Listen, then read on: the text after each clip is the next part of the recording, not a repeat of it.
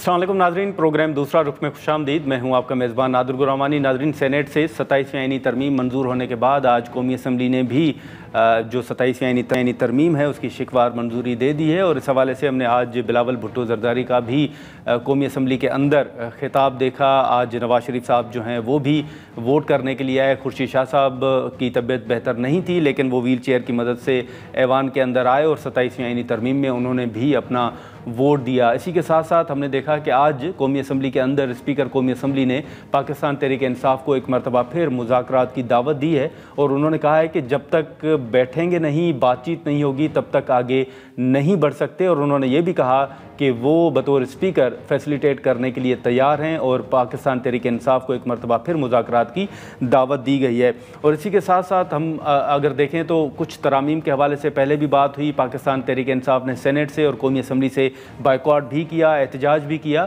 لیکن اب جو دعوت دی جا رہی ہے، یا جو دو سینیٹرز نے جنہوں نے پارٹی کی پالیسی کے خلاف ووٹ کیا، ان کے خلاف کیا اپوزیشن کی حکمت عملی ہوگی، مختلف ایشوز ہیں، ان پر ہم گفتگو کرتے ہیں۔ ہمیں اسٹوڈیو میں جوائن کیا ہے حافظ حمداللہ صاحب نے۔ آج آپ نے دیکھا کہ سینیٹ کے بعد قومی اسمبلی سے بھی 27ویں آئینی ترمیم جو ہے وہ منظور ہو گئی ہے۔ آپ کی جماعت نے مخالفت میں ووٹ دیا، پہلے مولانا صاحب کے ساتھ شاید رابطے بھی ہوئے تھے۔ سر، ایک تو تاثر یہ دیا جاتا ہے، جو کہ حقیقت بھی ہے، کہ مولانا صاحب کے بڑے اچھے تعلقات ہیں زرداری صاحب کے ساتھ، وزیر اعظم صاحب کے ساتھ، تو آپ سمجھتے ہیں کہ اس مرتبہ آن بورڈ نہیں لیا گیا، یا اس طرح بات نہیں ہوئی جس طرح آپ کو 26ویں آئینی ترمیم کے دوران آن بورڈ لیا گیا تھا؟ بسم اللہ الرحمن الرحیم، بہت شکریہ۔ دیکھیں، پہلے تو 27ویں آئینی ترمیم کی ضرورت کیوں پڑی؟ ٹھیک ہے، مولانا صاحب کا کہنا بھی یہی ہے، آپ نے سنا بھی ہوگا کہ پہلے ہمیں یہ سمجھائیے کہ 27ویں آئینی ترمیم کی ضرورت کیوں پڑی، کیا مجبوری تھی، اور جلد بازی کیوں تھی، ایک بات۔ دوسری بات یہ ہے کہ 27ویں آئینی ترمیم میں ہے کیا؟ جو بلاول بھٹو کی ٹویٹ سے جن چیزوں کا علم ہوا، وہ چیز ہی تھی جو 26ویں آئینی ترمیم میں مولانا صاحب کے ایفرٹ سے، ان کی محنت سے، ان کی جدوجہد سے 26ویں آئینی ترمیم سے مستثنیٰ کیے گئے، ان کو آپ باقاعدہ دوبارہ انکلوڈ کرنا چاہتے ہیں۔ تو جب آپ نے، یعنی حکومت نے اور ان کی اتحادیوں نے، انہی چیزوں کو جو آج اس کو 27ویں ترمیم کا نام دے کر آئین میں شامل کرنا چاہتے ہیں، تو کل 26ویں آئینی ترمیم نے آپ نے مجھ سے اتفاق کیا کہ یہ سارے غلط ہے۔ تو جب یہ سارے غلط ہے، تو اس غلط کو دوبارہ آپ کیوں شامل کرنا چاہتے ہیں؟ یہ دھوکہ آپ سمجھتے ہیں کہ حکومت نے کیا ہے؟ یہ میرے ساتھ دھوکہ نہیں ہے، یہ آئین کے ساتھ فراڈ ہے، یہ قوم کے ساتھ فراڈ ہے۔ آئین ایک میثاق ملی ہے، ایک متفقہ دستور ہے، متفقہ آئین ہے۔ دیکھیں، ہم اس سے انکار نہیں کر سکتے کہ آپ قانون سازی نہ کریں، ٹھیک ہے۔ ہم یہ بھی مانتے ہیں کہ آئین، دستور کوئی قرآن نہیں ہے کہ اس میں ترمیم نہیں ہو سکتا ہے، لیکن آئین میں جب آپ ترمیم کریں گے تو آپ دو چیزوں کو سامنے رکھیں گے، یا ملک کی مفاد کو یا قوم کی مفاد کو۔ ہمیں یہ سمجھایا جائے اور قوم کو سمجھایا جائے کہ آپ نے جو 27ویں آئینی ترمیم کی، اس میں ایک لفظ، ایک نقطہ مجھے بتایا کہ اس میں قوم کی مفاد ہے۔ لیکن سر، اب 27ویں آئینی ترمیم سامنے آنے کے بعد جی، اب آپ کو سمجھ آئیے کہ یہ کیوں لائی گئی ہے، جیسے آپ سوال کر رہے ہیں۔ میں کہتا ہوں، دیکھیں نا، یہ کہتے ہیں کہ میثاق جمہوریت میں آئینی کورٹ کا ہمارا مطالبہ تھا، کہا جاتا ہے نہیں کہا جاتا ہے؟ آئینی عدالت ہمارا ایک ڈیمانڈ تھا، اور آج ہم نے وہ اچیو کیا، ہم کامیاب ہو گئے۔ لیکن وہاں تو عدلیہ کی آزادی کی بات بھی تھی۔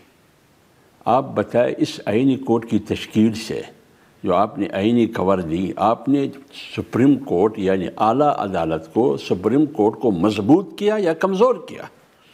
آپ نے اس کو ایک مستقل خود مختار ادارہ بنانا چاہتا تھا، لہٰذا آپ نے اس کو کمزور کیا، ایک بات۔ دوسری بات یہ ہے کہ اس آئینی ترمیم سے آپ نے شخصیات کو تو مضبوط کیا، اس کو محفوظ کیا، لیکن پاکستان کو اور پاکستان کے دیگر اداروں کو آپ نے کیا کیا؟ کچھ بھی نہیں۔ اور تیسری بات یہ، جس آئینی ترمیم کو آپ لانا چاہتے ہیں اور آپ لا چکے ہیں، یہ متنازع ہے، اور متنازع آئینی ترمیم سے ملک میں انتشار پیدا ہوگا، ملک میں تنازع پیدا ہوگا، ریاست اور قوم کے درمیان دوری پیدا ہوگی۔ تو اس دوری کے نتیجے آپ خود دیکھیے نا، یہ اسلامی جمہوریہ پاکستان ہے، ٹھیک ہے نا؟ اسلام ہم بھی مانتے ہیں کہ اسلامی جمہوریہ، مفتی محمود رحمۃ اللہ علیہ اور دیگر قائدین ذوالفقار علی بھٹو نے اس آئین پر دستخط کیا جی تو جب کی ہے آج ذوالفقار علی بھٹو کی اصولوں سے بھی انحراف کیا جا رہا ہے اور جن سیاسی لیڈروں اور قومی لیڈروں نے بالاتفاق ایک متفقہ آئین قوم کو دیا تھا آپ نے اس کا چہرہ بگاڑ دیا. لیکن سر یہ 27ویں آئینی ترمیم تو چلے منظور ہوئی لیکن اب فیصل واوڈا صاحب تو کہہ رہے ہیں کہ آپ 28ویں آئینی ترمیم کے حوالے سے بات کریں. دیکھیے ایسا کرے یہ 28ویں سے لے کر 47 تک ترامیم لے کے آئے کیونکہ ایوان بھی فارم 47 کا ایوان ہے اور ترامیم بھی 47 ہو جائیں گے بس ختم. اللہ بلا بگردن ملا. آپ خود دیکھیے کہ آپ جو ترامیم کرنا چاہتے ہیں کس مقصد کے لیے کرنا چاہتے ہیں اور فیصل واڈا آپ کو معلوم ہے میرے بھائی ہے میرا دوست ہے محترم ہے وہ کس کی ترجمانی کر رہے ہیں. کیا یہ سیاست ہے جو وہ کر رہے ہیں؟ لیکن سر یہ تو سیاست نہیں ہے یہ تو نوکری ہے. لیکن حافظ صاحب اگر آپ کے ساتھ جیسے قوم کے ساتھ آپ نے کہا دھوکہ ہوا 26ویں آئینی ترمیم میں جن نکات سے آپ نے اختلاف رکھا حکومت نے اس وقت تو مانا لیکن آپ کے مطابق وہ 27ویں آئینی ترمیم میں منظور کروا لیا تو سر آپ کیا سمجھتے ہیں مولانا صاحب کی اب حکمت عملی کیا ہوگی؟ دیکھیے آپ کو معلوم ہے کہ جمعیت علماء اسلام کے حجم اس جیلی اسمبلی کے مقابلے میں اس جیلی اکثریت کے مقابلے میں مولانا صاحب کی پارٹی کا حجم کیا ہے؟ ہم کتنے بندے ہوں گے؟ جتنا ہمارا حجم ہے جی جتنی ہماری سیاسی کیپیسٹی ہے اسی کے مطابق ہم احتجاج بھی کر سکتے ہیں ہم روڈوں پر بھی آ سکتے ہیں آئین کے دائرے میں رہتے ہوئے جمہوری طریقے سے قانون کے مطابق جو آئین نے اجازت دی ہے یہی ہم کر سکتے ہیں اور یہ ہم مسترد کر چکے ہیں. آج آپ نے دیکھا ہوگا قومی اسمبلی میں ہم نے ان کی مخالفت میں ووٹ کیا ہے مسترد ہونے کے ساتھ ساتھ مخالفت میں ووٹ کیا ہے. تو اس لیے میں کہتا ہوں کہ جمعیت علماء اسلام سیاسی پلیٹ فارم سے جمہوری طریقے سے آئینی اور پارلیمانی پارٹی کا ثبوت دیتے ہوئے ہم کیا کر سکتے ہیں وہ تمام ہتھیار ہم لیکن حافظ صاحب ہمیشہ کہا جاتا ہے نا کہ اگر اس طرح کی قانون سازی ہو تو یہ انہی جماعتوں کے لیے ٹھیک نہیں ہوتی جو قانون سازی کرتے ہیں. تو آپ 27ویں آئینی ترمیم کا مستقبل کیا دیں؟ میری بات سنیں جب مشرف آیا مشرف نے سپریم کورٹ کی اجازت سے اس وقت کی عدالت کی اجازت سے آئین میں ترمیم کرنے کی اجازت بھی دی بلکہ انہوں نے خود آئین بنا لیا. مشرف کہاں ہے؟ اس کا LFO کہاں ہے؟ اور دبئی میں NRO کیوں کیا؟ اور یہ بھی آپ کو یاد ہے کہ جنرل ضیاء الحق نے اپنے آپ کو مضبوط اور محفوظ بنانے کے لیے 8ویں ترمیم کیا یا نہیں کیا؟ کہاں ہے جنرل ضیاء؟ وہ 8ویں ترمیم کہاں ہے؟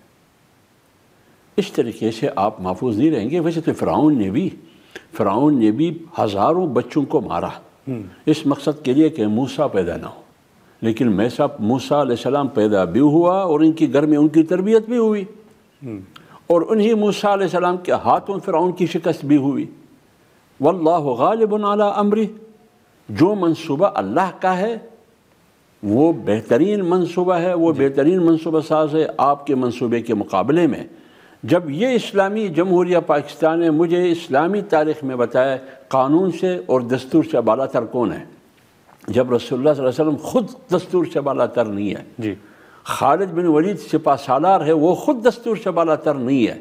کوئی نبی مجھے بتا دے وہ دستور سے بالا تر ہو. لیکن ہم اتنے مضبوط ہو گئے ہم اتنے بہادر ہو گئے ہم نے اتنی جسارت کی اتنی جرأت کی ہم نے کہ ہم قانون سے بالا تر ہو گئے. لیکن سر یہ جو قانون سازی ہو رہی ہے آپ نے بھی سنا ہوگا کہ ہمیشہ ایک بات ہوتی ہے کہ میاں صاحب خوش نہیں ہیں میاں صاحب اس فیصلے سے خوش نہیں ہیں لیکن آج جو 27ویں آئینی ترمیم ہوئی میاں صاحب نے اس میں ووٹ کیا ہے تو آپ سمجھتے ہیں کہ سب آن بورڈ ہیں؟ یہ میرے خیال میں یہ پہلی دفعہ ہے.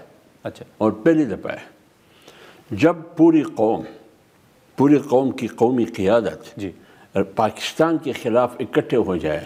یہ پاکستان دشمنی ہے یا نہیں ہے؟ دشمنی ہے نا. آج پہلی دفعہ آئین کے خلاف سارے سیاستدان اکٹھے ہو گئے جس میں زرداری صاحب بھی شامل ہے میاں نواز شریف صاحب شامل ہے شہباز شریف صاحب ہے بلاول بھٹو زرداری ہے MQM ہے ان کی اتحادی پارٹیاں ہیں. یہ سارے ایک پیج پر ہے کس کے خلاف؟ آئین کے خلاف. اب اس کو آپ کیا نام دیں گے؟ یہ قوم پر چھوڑ دیں. لیکن سر آئین میں ترمیم کرنا بھی تو پارلیمنٹ کا کام ہے. کون سا ترمیم تو میں نے آپ کو کہا کہ اس میں 2 چیزیں مد نظر ہوتی ہے ایک ملکی مفاد ایک قومی مفاد. یہاں تو آپ نے کس کو مضبوط کیا؟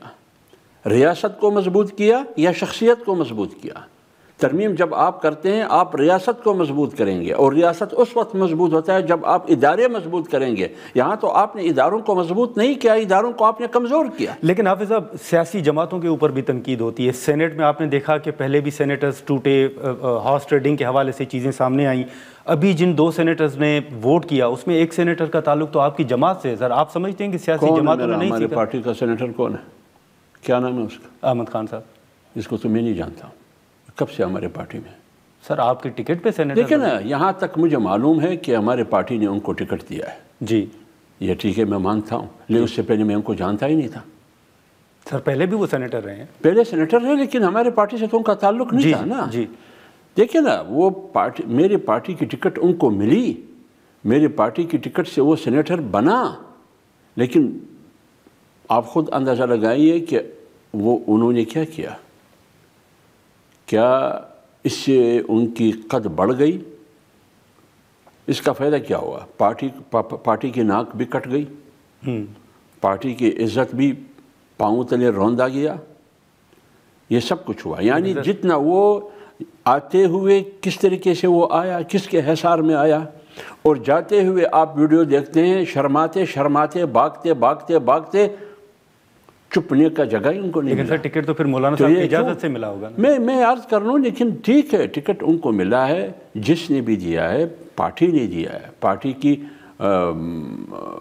کیا کہتے ہیں جو ایک باڈی ہے انہوں نے دیا ہے اس کو۔ لیکن اس قسم کی تجربات سے ہمیں سیکھنا چاہیے، ہمیں سیکھنا چاہیے کہ کیا اس قسم کے لوگوں کو ایوان میں ہونا چاہیے۔ میری رائے تو ہمیشہ یہ رہی ہے کہ ہر وہ شخص جس کو پاکستان کی سیاست میں سیاسی لوٹا کہا جاتا ہے، تمام سیاسی پارٹیوں کے دروازے ان پر بند ہونا چاہیے، کیونکہ وہ اس قسم کی شرمندگی کا باعث بنتے ہیں۔ اور ہماری پارٹی نے فیصلہ کیا ہے، اس کی پارٹی کی رکنیت ختم کر دی گئی ہے، اس کو وارننگ دیا ہے کہ آپ نشست خالی کر دیں، ورنہ ہم آپ کے خلاف آئینی اور قانونی کارروائی کریں گے۔ چلیں ٹھیک ہے حافظ صاحب، بہت شکریہ سر وقت نکالنے کا۔ ناظرین، حافظ صاحب کی گفتگو آپ نے سنی، ہم یہاں پر ایک مختصر سا بریک لیتے ہیں اور بریک کے بعد گفتگو کو آگے بڑھاتے ہیں۔